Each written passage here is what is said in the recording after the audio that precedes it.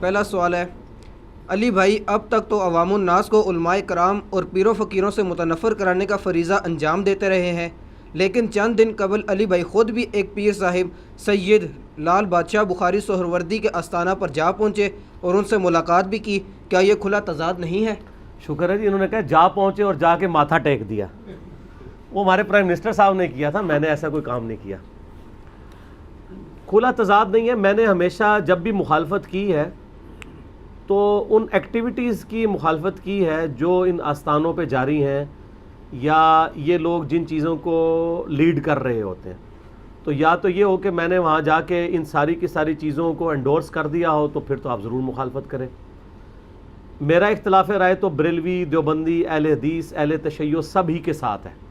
اس کے باوجود آپ دیکھتے ہیں میں سب کے پیچھے نمازیں پڑھتا ہوں. تو مجھے تو آج تک کسی نے نہیں کہا کہ جی آپ کا اختلاف رائے اتنا شدید ہے تو آپ ان کے پیچھے جا کے نمازیں کیوں پڑھتے ہیں.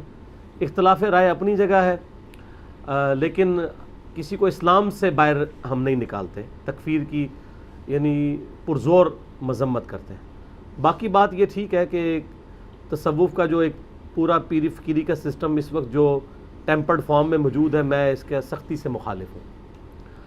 لیکن انہی لوگوں میں ایسے لوگ بھی موجود ہیں جو لوگ یعنی سچائی کی بات کو قبول کرنے والے ہوتے ہیں. تو ان کی دل جوئی کرنا بھی میرا مقصد ہوتا ہے. یہ جو سید لال بادشاہ بخاری ہیں حافظہ اللہ تعالی، اچھا یہ دعا ہے، یہ آپ کسی کو بھی دے سکتے ہیں. حافظہ اللہ تعالی کا مطلب ہے اللہ تعالیٰ ان کی حفاظت کرے. اور میں بعض اوقات ساتھ بول دیتا ہوں من الجنۃ والناس، جنوں اور انسانوں میں چھپے ہوئے شیاطین سے ان کی حفاظت کرے. یہ تو آپ ہر بندے کو دعا دینی چاہیے، اپنے لیے بھی ہم کرتے ہیں الحمدللہ. تو یہ آلموسٹ تقریباً 1 سال پہلے یہاں پہ ہماری اکیڈمی میں آئے تھے. اس وقت انہوں نے کچھ ویڈیوز دیکھی ہوئی تھیں. کچھ ان کے مریدین جو ہیں مختلف علاقوں میں جو آباد ہیں، خصوصاً ان کا سیٹ اپ انگلینڈ کے اندر بھی ہے، وہاں سے بھی کچھ لوگوں نے رابطہ کیا کہ اس طرح آپ کے علاقے کا ایک بندہ ہے تو ہم اس کو سنتے ہیں، تو آپ کا کیا موقف ہے. انہوں نے خود بھی سنا تو بڑی محبت فرمائی. یہاں پہ خود تشریف لے کے آئے، 75 ایئرس ان کی ایج ہے. اپنے بچوں کے سمیت آئے، بچے بھی پڑھے لکھے ہیں، ان کے وکیل ہیں. تو اس وقت انہوں نے مجھے دعوت دی تھی کہ آپ نے ہمارے پاس آنا ہے. میں بس اپنی مصروفیات کی وجہ سے معاملات اس طرح چلتے رہے. تو پھر کچھ دن پہلے ان کے بیٹے کی طرف سے کال آئی کہ ابا جان چاہ رہے ہیں کہ آپ کے ساتھ ملاقات کریں، کوئی آپ آگے گپ شپ کریں. تو میں نے کہا ٹھیک ہے، ٹائم نکال کے آ جائیں گے. تو پھر ہم پچھلے جمعے والے دن، یہ جو 2 دن پہلے گزرا ہے،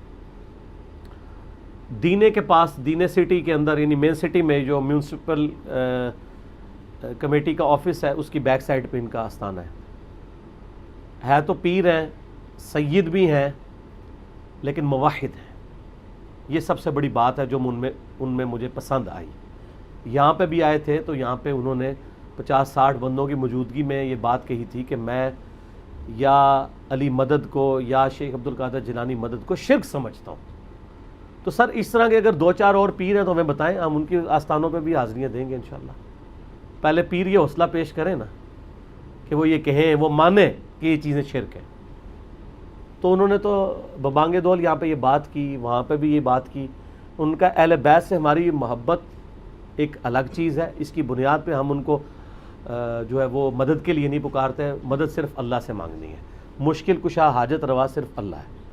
بلکہ آپ دیکھیں کہ وہ جس سلسلے میں ہے، یعنی ایک سید عموماً ان کا جو یعنی ایک امیج تو یہی جاتا ہے کہ یہ یعنی شیخ عبد القادر جیلانی کو بڑا اپنا بزرگ مانتے ہیں. تو انہوں نے تو خود یہاں کے وہ اشعار پڑھے کہ یہ شرکیہ اشعار ہیں.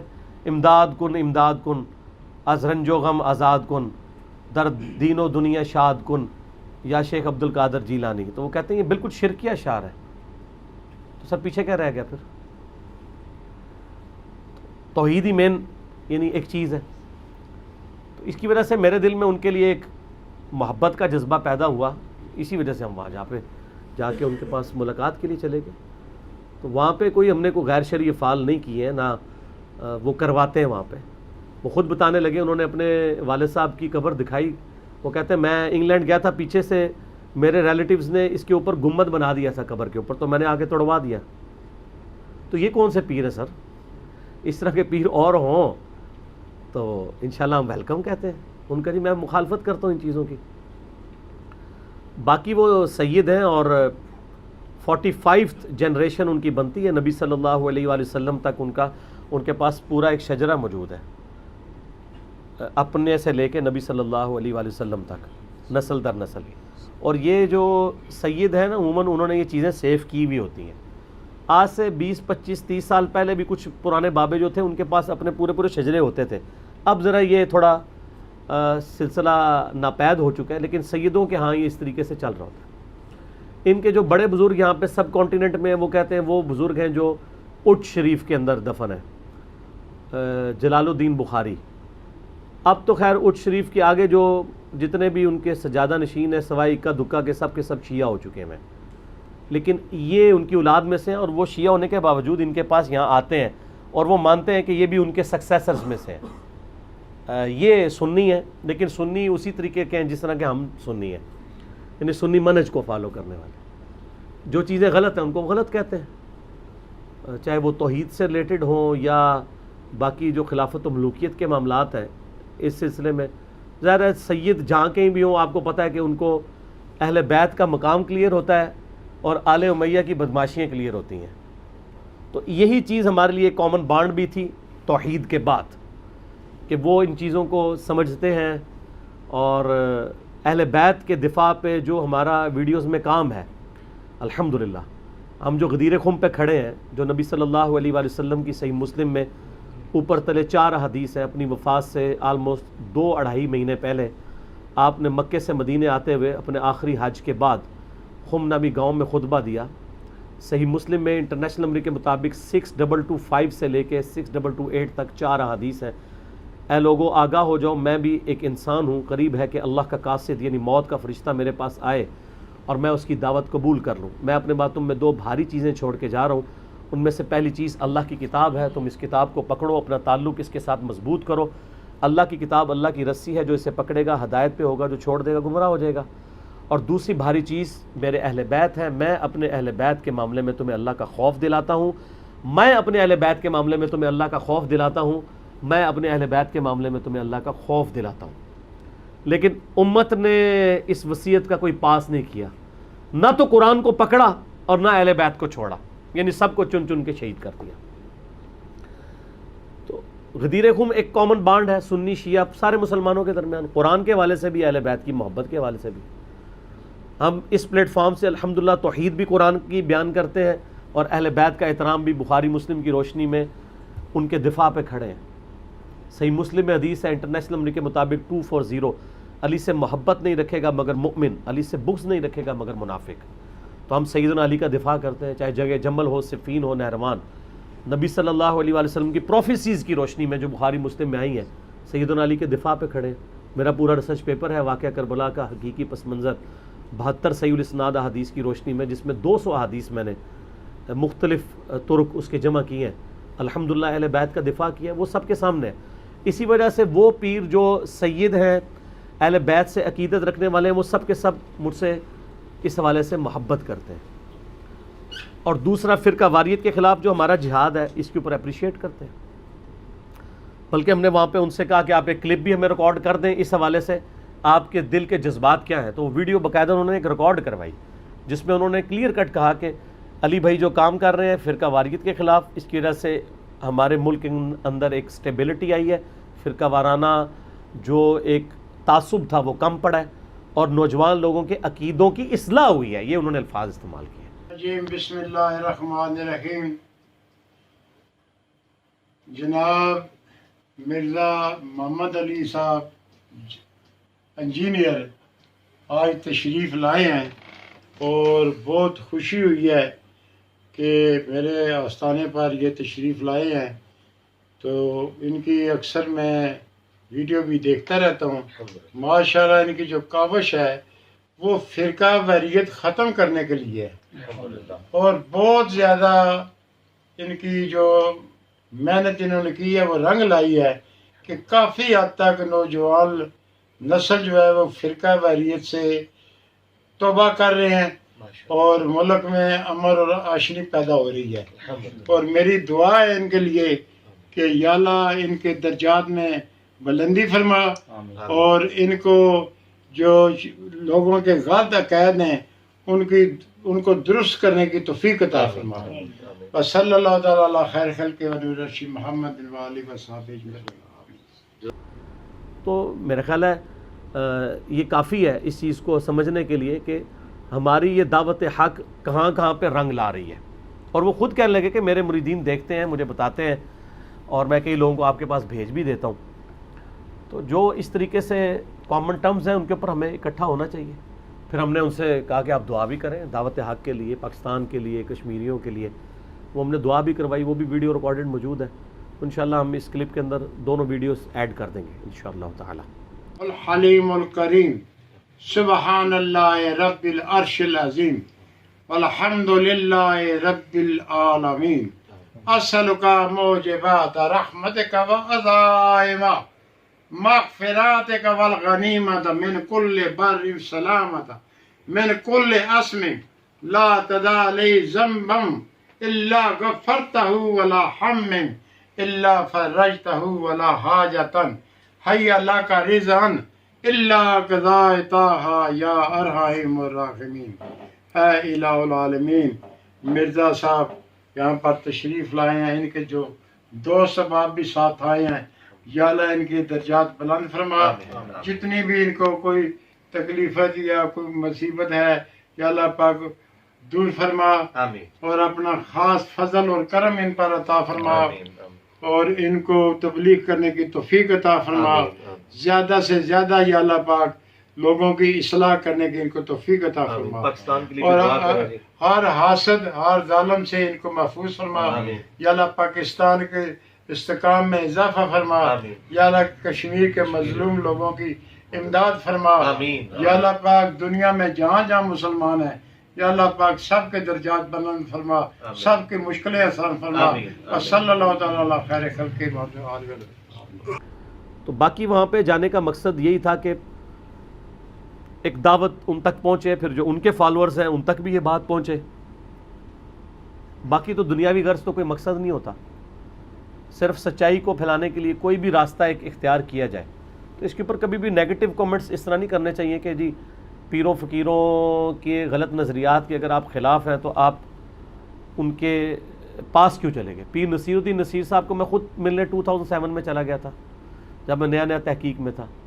حالانکہ مجھے اس وقت بھی شدید اختلافات تھے پیر میل شاہ صاحب کے ساتھ کئی ایک معاملات کے اوپر. کئی معاملات میں ان کی تعریف بھی کرتا ہوں، لیکن وہاں جانے کا یہ مطلب نہیں تھا کہ ان کی غلط چیزوں کو میں انڈورس کرتا ہوں. سچائی کی جو بات ہے وہ جہاں کہیں بھی ہو اس کی تصدیق کرنی چاہیے. تو اللہ کے فضل سے ہم کرتے ہیں. باقی ان کے ساتھ کافی ساری باتیں ہوئی ہیں، وہ ایک کیمرہ متحمل نہیں ہے کہ ہم وہ باتیں کر سکیں. کیونکہ آپ سمجھ سکتے ہیں کیوں جی شاہ جی کہ آپ سیدوں کے پاس بیٹھے ہوں اور میں ان کے پاس بیٹھا ہوں تو مجھ سے وہ کس قسم کی باتیں کرتے ہوں گے. ظاہر ہے وہ بات کرتے ہوں گے جنگ جمل کے اوپر، صفین کے اوپر، نہروان کے اوپر. بل ایک بات جو انہوں نے کی وہ میں آپ سے شیئر کر لیتا ہوں. انہوں نے مجھے کہا کہ جی یہ بتائیں کہ ہم اہل سنت حق چار یار کا نعرہ لگاتے ہیں، تو یہ بتائیں کہ اگر حق چار یار میں جو پہلے 3 یار ہیں ان کی کوئی مخالفت کرے ہم اسے کہتے ہیں یہ رافضی ہے. یہی کہتے ہیں نا.